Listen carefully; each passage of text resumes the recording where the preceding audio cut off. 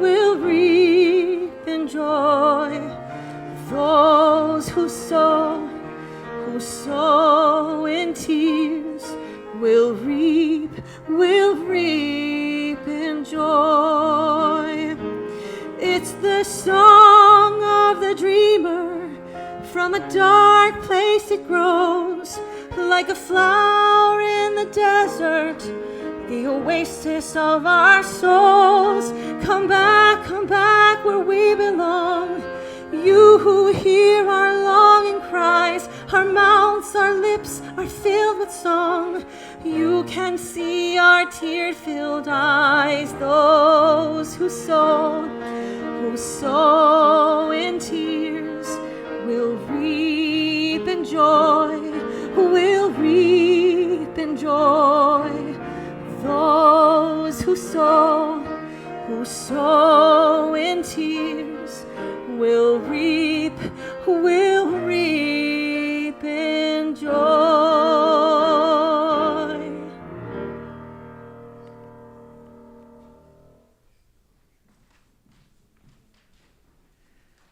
Good afternoon, everyone, and Gemar Chatima Tova. I'd like to begin our chapel meditations this afternoon with a poem written by Rabbi Evan Schultz. The poem is called Pause, Breathe, Listen. To pause, to breathe, to listen. Creation didn't happen in a day, or two, or even three. Each day, the divine, she stretched and separated the malleable elements of the universe, like bakers working the dough for hours before placing it in the oven to bake. Pausing to observe how the light would shine through the sky. Breathing in, breathing out to stir up the winds. And listening to the waters, she would sit and close her eyes and take in how they would gently flow across the newly created riverbeds. However, we humans, we try and will the world to move as quickly as possible, creation as quickly as we can, the reversal of the divine version of the story. 2-day, next day, same day delivery.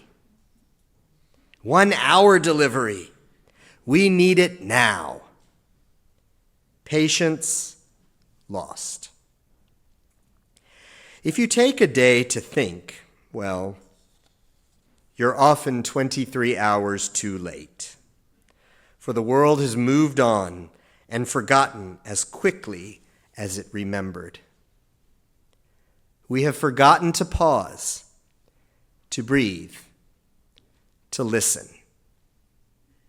So take even just a moment today,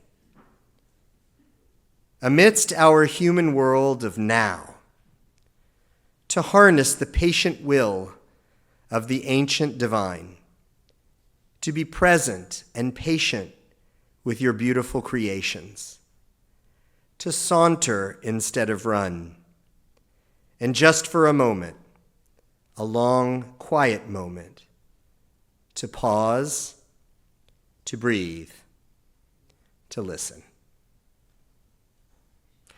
We're here in the chapel this afternoon to listen. We are going to hear from 3 members of our congregation, each with their very own personal and meaningful story to share with us. We're going to hear from Nancy Lowenkron, from Grant Tock, and from Aidan Levine. And my invitation to you over the course of the next 45 minutes or so is to just be present, to breathe, and to listen to them. And let their words and their stories touch your heart, because I'm confident that they will. So I'm going to begin by inviting Nancy to come up. Nancy's going to share her story, and then after she's done speaking, Stephanie is going to sing a song, a very special song that was composed in memory of Nancy and Alan's son, Ian, when he passed away. The song is called Ian's Song. It was written by Cantor Lisa Hest. And after Nancy finishes speaking, Stephanie will sing it. Nancy, if you'll come up, and Alan too, I invite you to please rise now as Rabbi Megan takes the Torah from the ark. I already did that. Oh, okay. You're going to give it to Alan. One step ahead of you.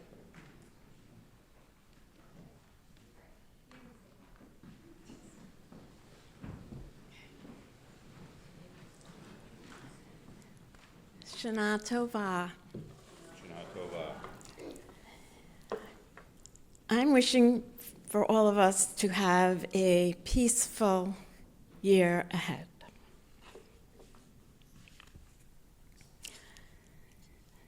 Thank you, Rabbi Stoller, for inviting me to speak here today and encouraging me to prepare these remarks.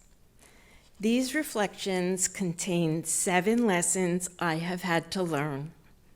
However, I wish I did not have to learn the lessons I will be sharing with you. Many of us believe there is a before and an after to our experiences. We remember how it used to be, then focus on how lives have been altered. Remember the attacks on the World Trade Center. We contemplate life before and compare it to our current way of living. Before and after are separate, distinct. Prior to and following will never be the same. I used to believe exactly that. But today I'm here to explain this idea is no longer true for me. I've learned to exist with both, before and after at the same time. Many say the loss of a child is the worst possible loss anyone could ever have or imagine. Alan and I have experienced exactly this loss. However, the purpose of these reflections is not solely to discuss the loss Alan and I experience each day. It is also to help you understand the ways in which Temple Beth-El was and continues to be such an essential, necessary part of who I am. You will hear the various ways Temple Beth-El has held us up, supported us, and comforted us during our deepest grief. Everyone experiences grief in very personal ways. We encounter different emotions, reactions, and ways of coping. Alan and I will never get past it, go through it, or get over it. It is part of us. Over time, however, grief does change. This is our family story. It is our experience. Now you will hear my personal perspective. There are 7 lessons this temple has taught me. You taught me I was loved, cared for, and accepted. Before our son's death, Alan and I were new young parents filled with joy and thoughts of the future with our adorable, sweet, funny, loving, and unbelievably determined son. After Ian's death, it was only darkness, sorrow, a grief too heavy to bear. Rabbi Davidson gave me a reason to continue. When sitting with Rabbi Davidson in his office behind these exact walls, he spoke calmly and directly and clearly.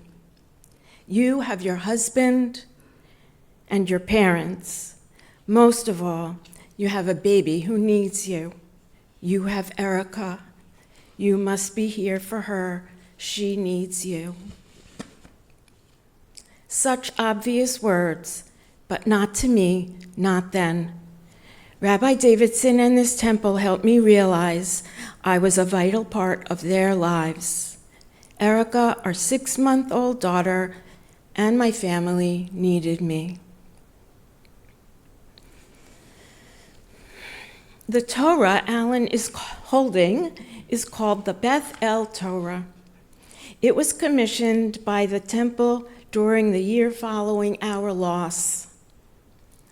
I was given the special chance to sew the back of this cover.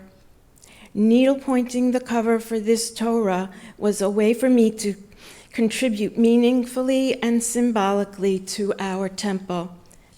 This project constitutes a significant part of my after. Temple Beth-El. The Temple Beth-El Torah connects me to Ian.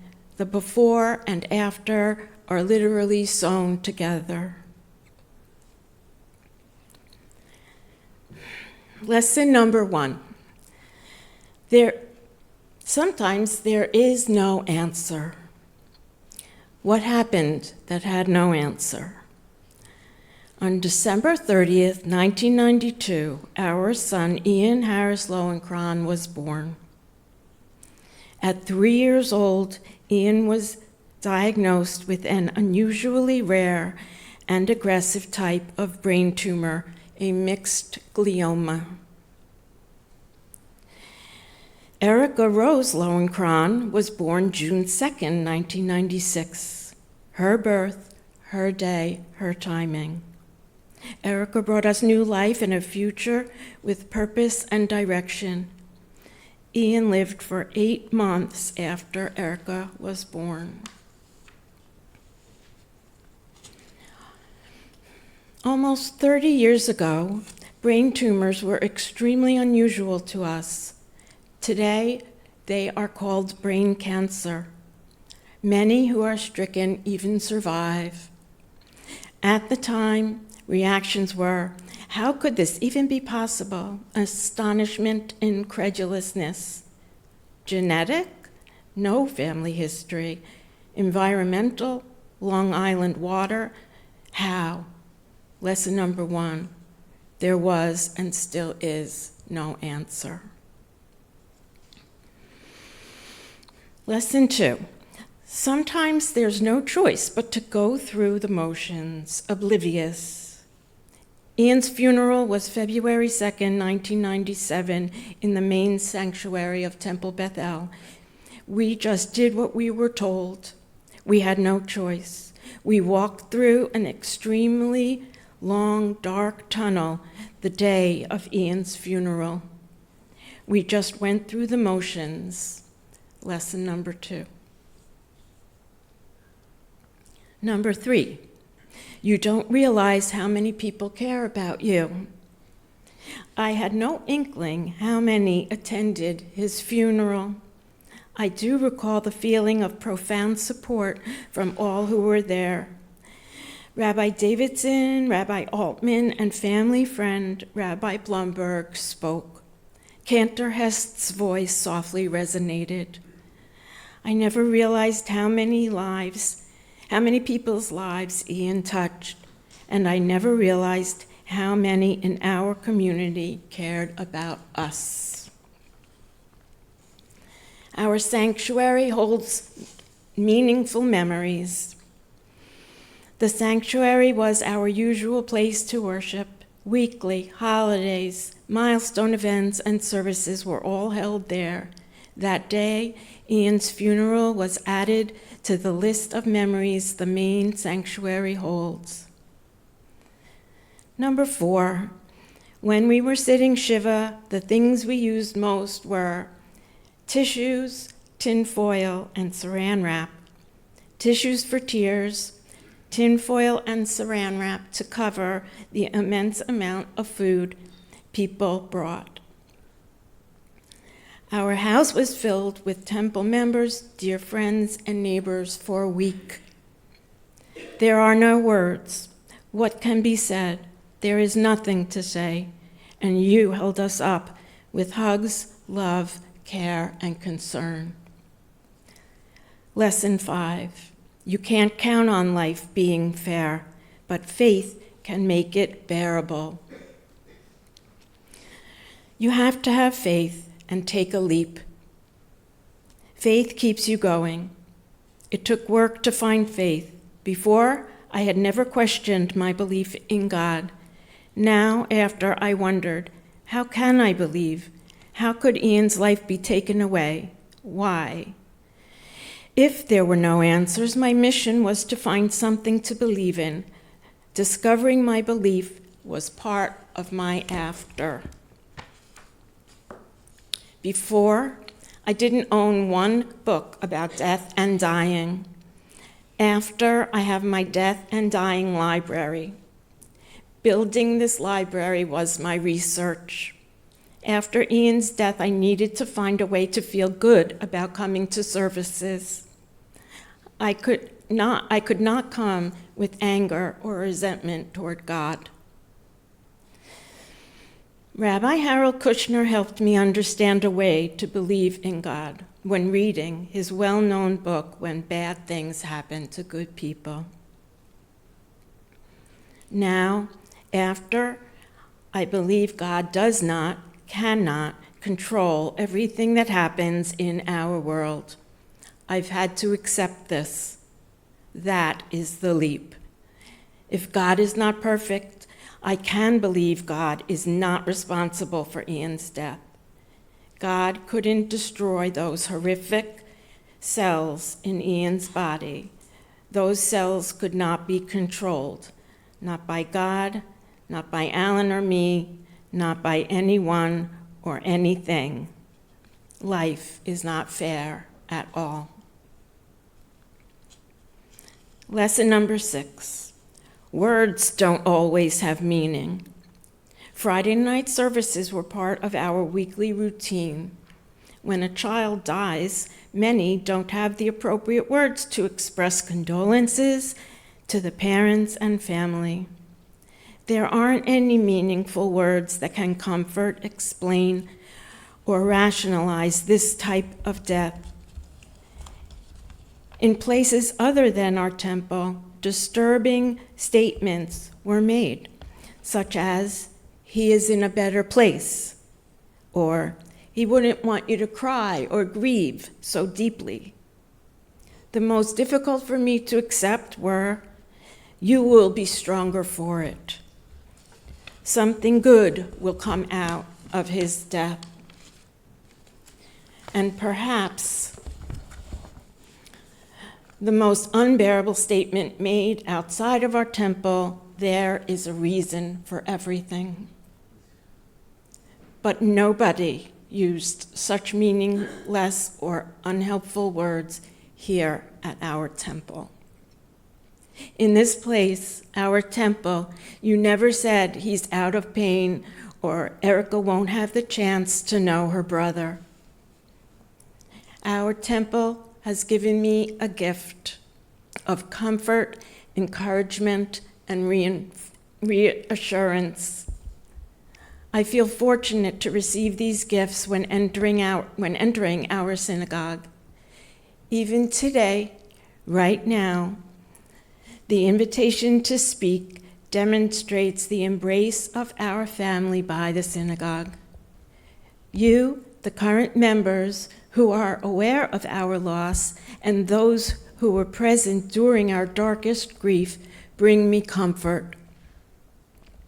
Just knowing you know, without needing to speak Ian's name, is meaningful. Our daughter Isabel was born September 14th, 1999. Isabel Hope Lowenkron. Her vibrant personality began to lift some of the darkness of our household. Isabel, the lighthearted, funny little girl, reminded us about the importance of enjoying life. She taught us to laugh again. She brought a new feeling of lightness and hope. Lesson number 7. Things don't always go according to what we expect. The 3 following statements are true.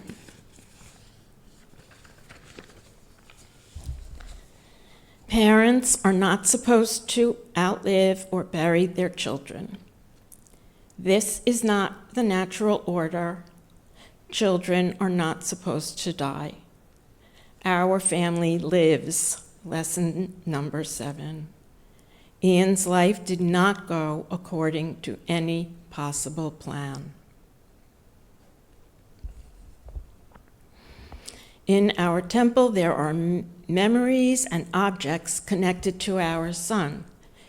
Each is an important part which helped me to blend the before and the after. Parts of any temple are prayer, observances, and education. People are the other essential part. These components depend on one another. Independently, they would not hold the same meaning. The people and the prayer, the before and the after, are dependent on one another. Now, for me, the before and after are united, continuous, and blended. I don't have a before or an after any longer. Through prayer, belief, and community, I have learned to live a new way. I chose life. I'm extremely proud to say our temple has been and always will be an integral part of that choice.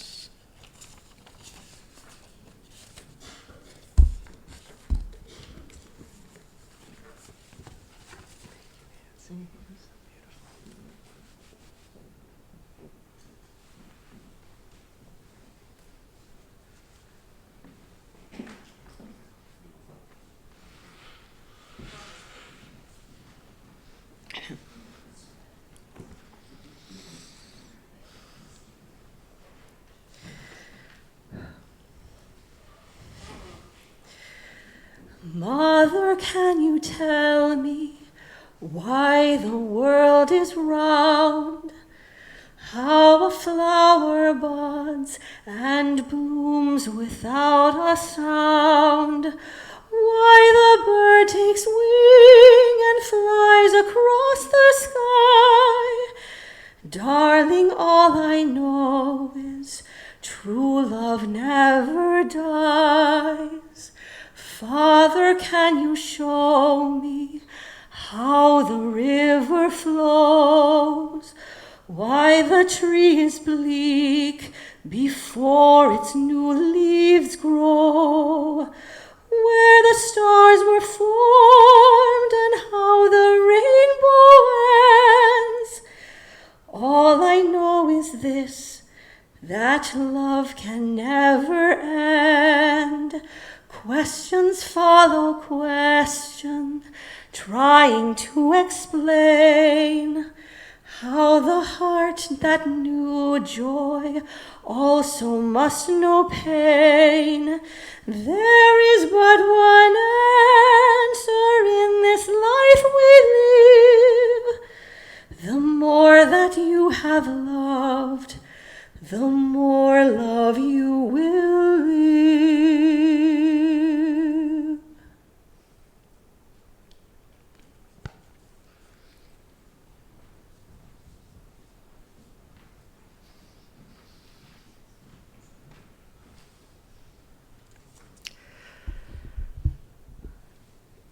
Our next speaker is Grant Tock. Grant, come on up.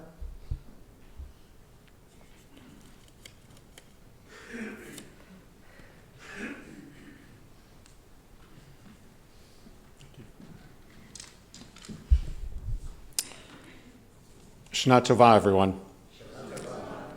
Thank you, Rabbi Stoller. It's a privilege to stand before you today and share a little bit about my journey, specifically how my Jewish values have guided me in making the decision to volunteer and influence my work on the Great Neck Board of Education.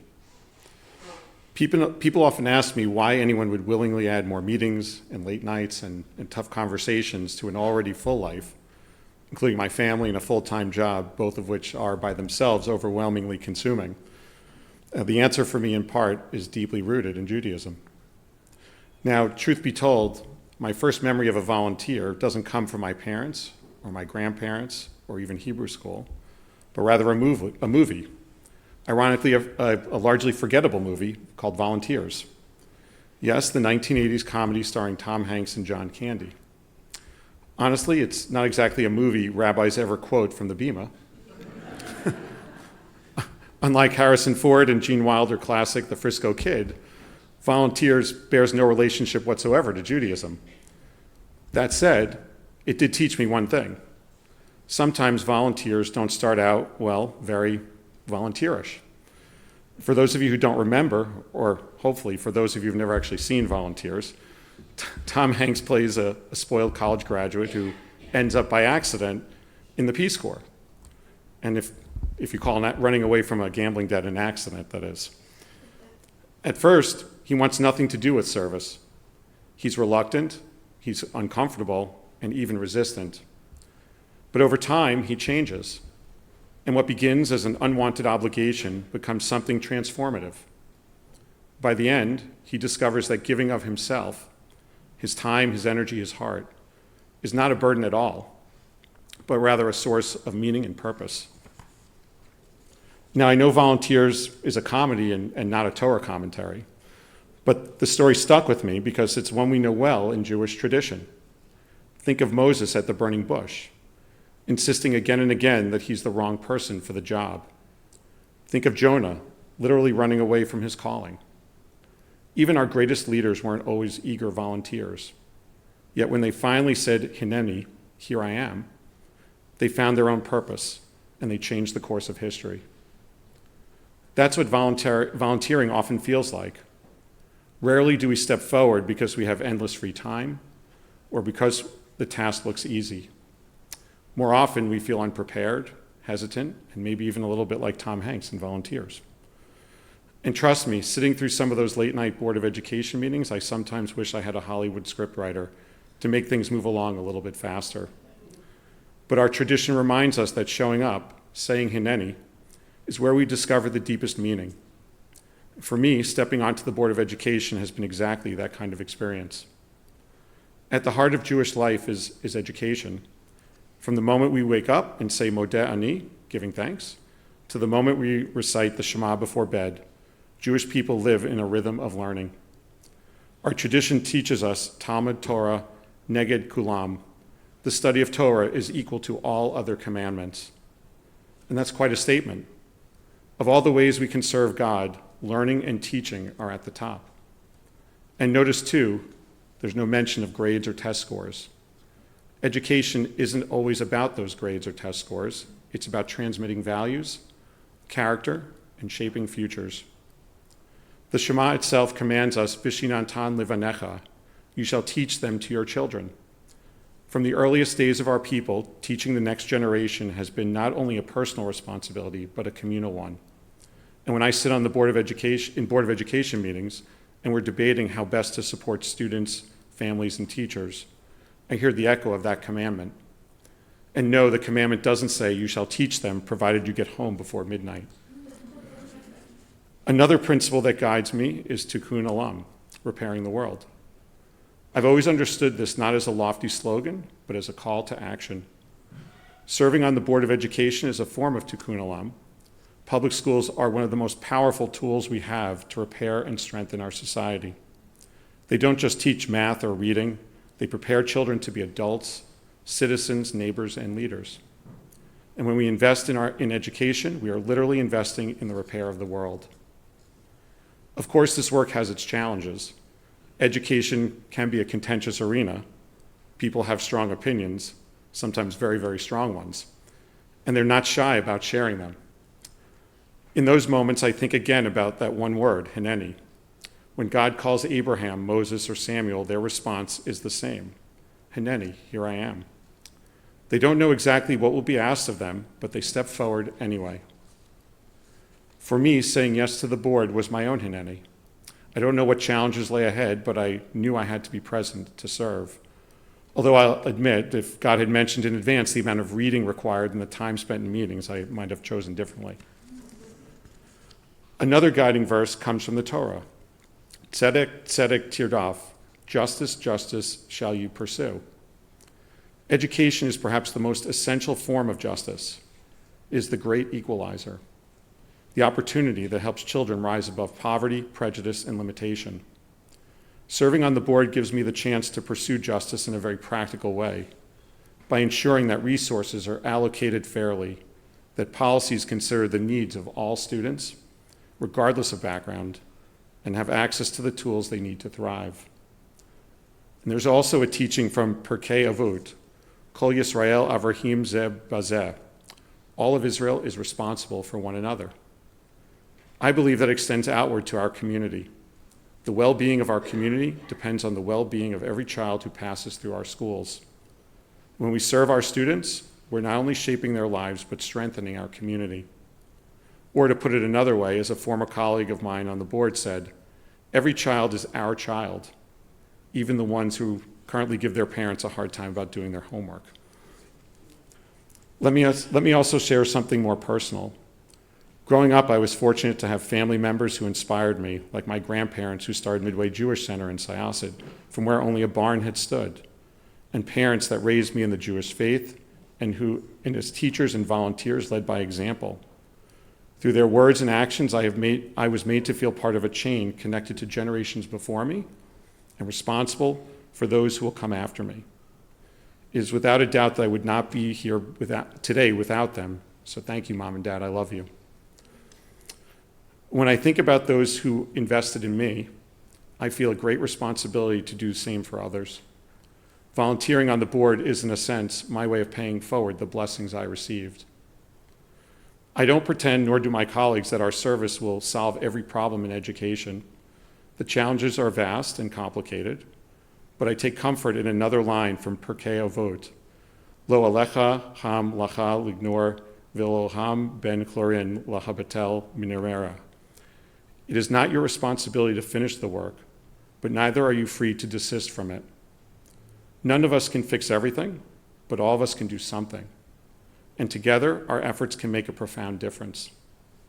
So when people ask why I chose to serve on the Board of Education, one reason most certainly is because I'm Jewish, because my tradition tells me that education is holy, that repairing the world is my duty, that when I'm called I must answer Hinene, that justice must be pursued, and that we are all responsible for one another. And yes, I'll admit, maybe just a little bit because of Volunteers, that quirky comedy that showed me that even reluctant volunteers can find transformation when they finally do show up. Importantly, this is not just about me or my role on the board, it's about all of us. Each of us has a sphere of influence where we can bring our Jewish values to life, in our families, in our workplaces, in our neighborhoods, in our wider communities. Many in this room already do this. My hope is that by sharing my story, I encourage you to further reflect on your own. When might you be called upon to say Hinene? When might you bring a little more tzedek, a little more justice into your daily life? And what small act of tikkun olam might you take on this week? Our tradition is rich with wisdom, but it only comes alive when we live it. For me, living it has meant serving on our schools. For you, it might mean something entirely different, but whatever form is taken, our world will be stronger because of it. Thank you. Great job. Thanks, Grant.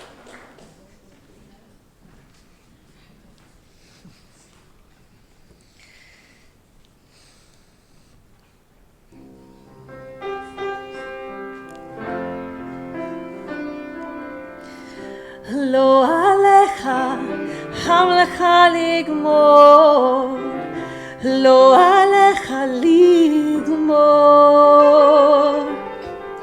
לא עליך, חם לך לגמור, לא עליך לגמור, ולא אתה בן חורין להיבטל ממנה, להיבטל ממנה,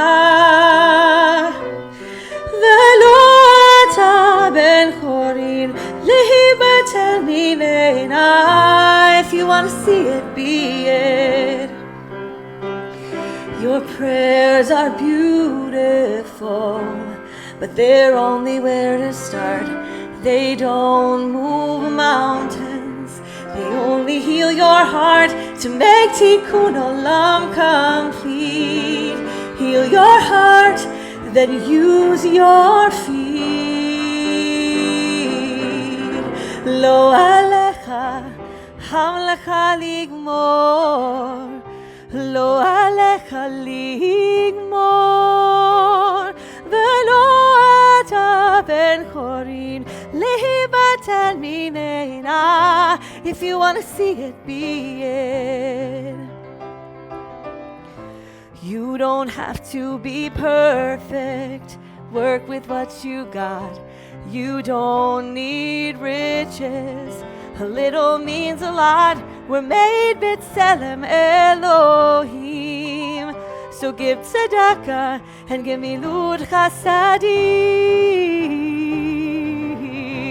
Lo alecha hamlecha ligmor. Lo alecha ligmor. Velo ata ben chorin lehibatel mimena. If you want to see it, be it. We need you now. We need you all. There's no exception. Do all you can. It's time for action, not reflection. You're surrounded by people who want you to win. You don't have to complete, you just have to begin. You've got so much to offer and nothing to prove. If we all give a little, the mountains move. Lo alecha hamlecha ligmor. Lo alecha ligmor. Lo alecha hamlecha ligmor. Lo alecha ligmor. Velo ata ben chorin lehibatel mimena. Lehibatel mimena. Velo ata ben chorin lehibatel mimena. If you want to see it, be it. If you want to see it, be it. If you want to see it, be it. Be it.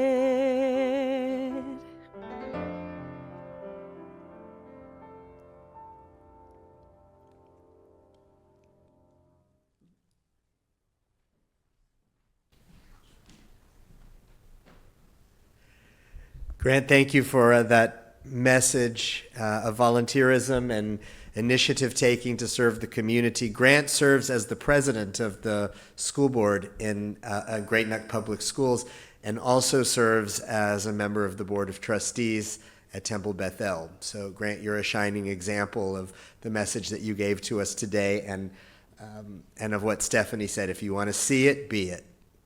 So thank you.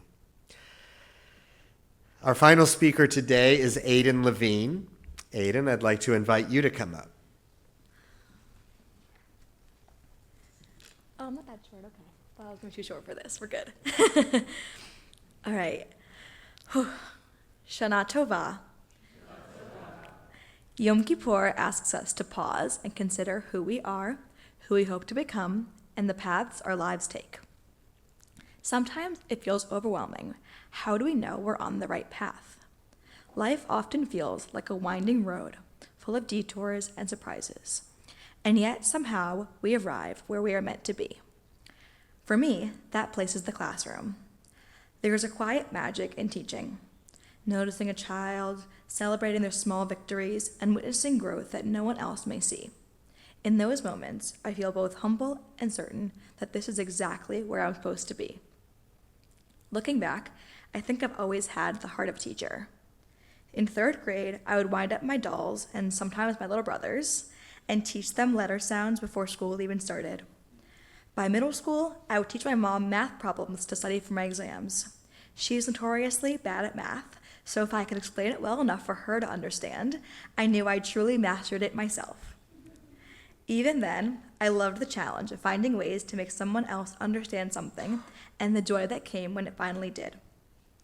But the real turning point came in high school when I transferred to Solomon Schechter Day School. I had so many meaningful Jewish experiences there, invigorating Bible discussions, heated debates about Jewish law, and in-depth journeys through Jewish history.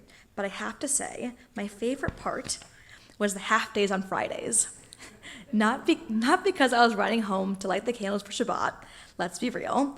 I just loved getting out of school early. One night, early in 9th grade, I ran into my kindergarten teacher at a bat mitzvah and told her about my free afternoons. She suggested I stop by her classroom to help out. What started as one Friday turned into every Friday for the next 4 years. Week after week, year after year, I found myself coming alive in that space. That's where I first realized I could spend my life teaching. My path after that wasn't simple. College brought struggles, loneliness, and even failure. For a time, I didn't know if I would ever be able to become a teacher. But once again, my kindergarten teacher stepped into my life at just the right moment. On my birthday after graduation, she called to wish me well and asked what I was up to. That simple phone call set off a chain of connections that led me back to the classroom, and not just any classroom, but a special education classroom. And once I was there, I realized I had discovered my true calling. Being with my students has taught me something important. Every child can learn. It might look different for each of them, and it might take more time, but when they're given that chance, the growth is incredible to watch. I think of my first grader who struggled with behaviors that other teachers couldn't manage. Backed by the whole team, the social worker, the psychologist, the speech pathologist, the principal, I was assigned to be this young boy's one-to-one, which meant that I worked with him individually throughout the day, supporting him in the classroom, helping him stay engaged, and guiding him through tasks he found difficult. It wasn't easy. Many days were a battle of patience, creativity, and trial and error.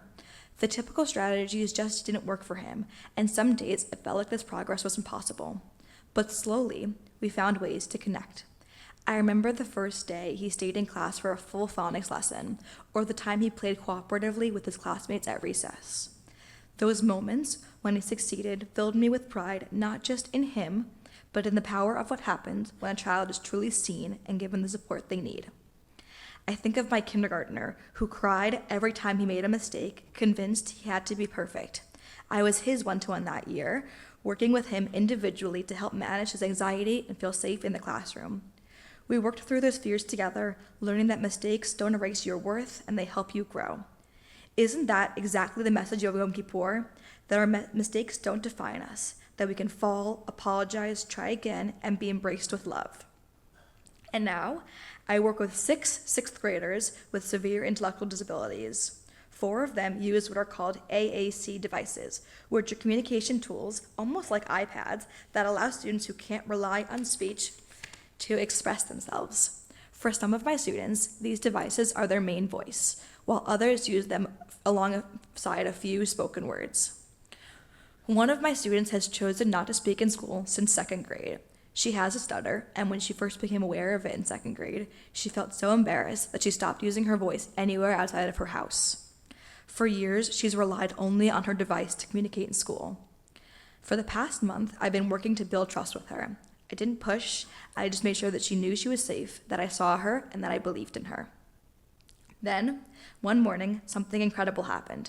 I said my usual good morning to her, and for the first time, she looked at me and said hi out loud. It was only one word, but it was her voice.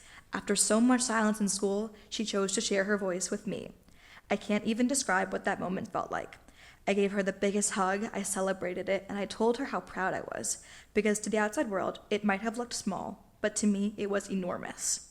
It was a sign that she trusted me enough to use the voice she had been hiding, and I hope it was the first step forward towards her feeling safe to use it again.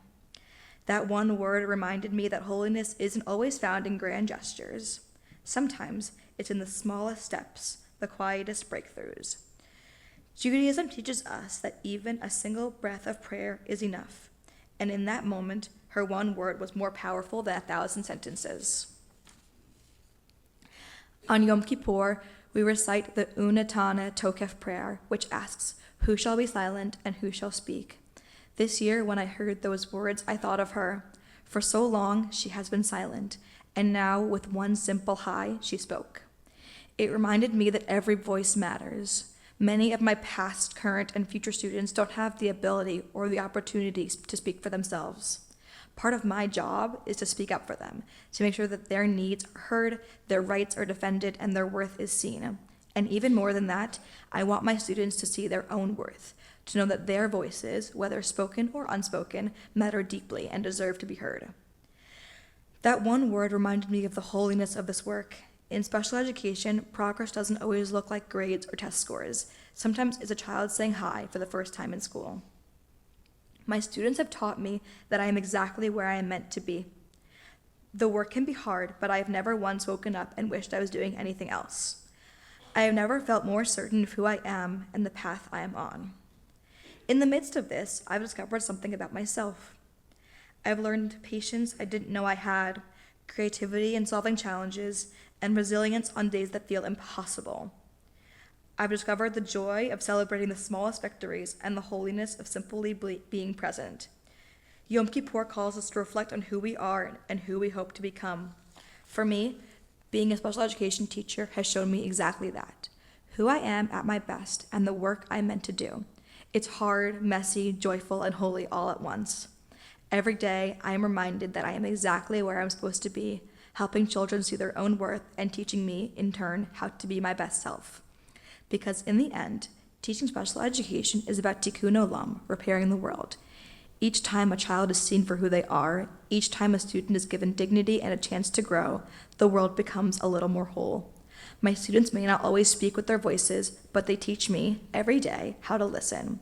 And I know that as long as I am their teacher, I will never be silent. May we all go into this new year with the courage to see the worth in every person, the patience to lift one another up, and the faith that all our small acts of kindness can really repair the world. Gamar Chatima Tova, may we all be sealed in the book of life.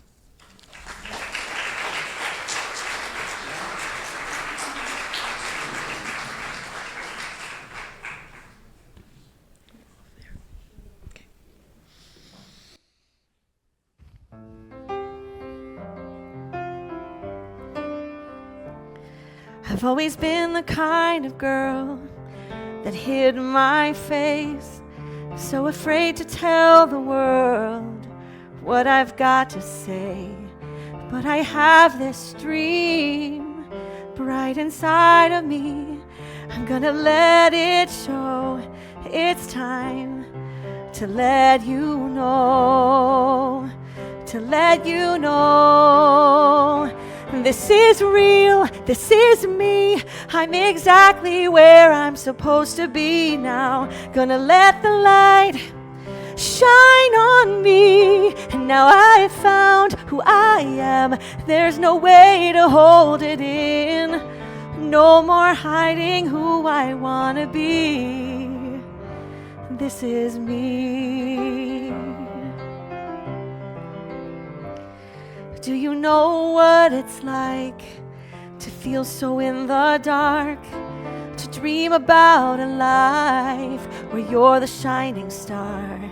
Even though it seems like it's too far away, I have to believe in myself. It's the only way. This is real, this is me. I'm exactly where I'm supposed to be now. Gonna let the light shine on me. Now I found who I am. There's no way to hold it in. No more hiding who I wanna be. This is real, this is me. I'm exactly where I'm supposed to be now. Gonna let the light shine on me. Now I found who I am. There's no way to hold it in. No more hiding who I wanna be. This is me.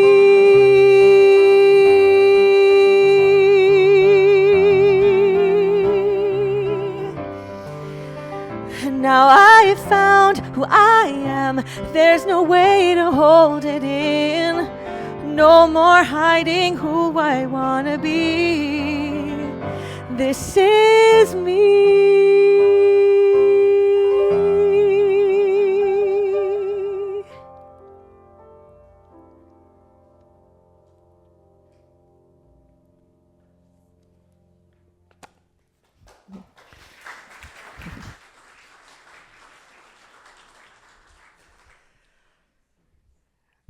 Thank you, Aiden. That was fantastic, so inspiring. I want to say thank you to all of our speakers for today, Nancy, Grant, and Aiden, for sharing yourselves with us, lifting us on this very special day, touching our hearts, and giving us inspiration to carry into the new year. And thank you to Stephanie and Shai for the music that always complements the messages in such powerful ways. Thank you all for being here and for listening. Gamar Chatima Tova.